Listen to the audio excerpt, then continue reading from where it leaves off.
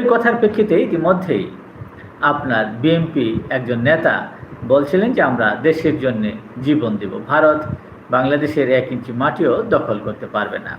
কাজেই এই ধরনের বক্তব্য কতটা সমীচীন কিংবা রাজনৈতিক দল থেকে দেওয়া এই বর্তমান সময়ে কতটা সঠিক সেটা দল হয়তো বিবেচনা করবে। কাজেই সরকারি দলের পক্ষ থেকে এই অতি উৎসাহী নেতাদের এলোপাতাড়ি কথাবার্তা কিংবা এই ধরনের বক্তব্য দ্বিপাক্ষিক সম্পর্ককে যেমন বাধাগ্রস্ত করবে, তেমনি দুই দেশের মধ্যে আবার উত্তেজনা সৃষ্টি করতে পারে। কেননা তিনি বলেছেন যে 1 ইঞ্চিও জমি ভারত দখল করতে পারবে না, তারা দেশের জন্য জীবন দিবে। ভারতকে কি কখনো কোথাও কোনো সময় বলেছে যে বাংলাদেশে তারা হামলা করবেন, বাংলাদেশ দখল করতে যাচ্ছেন?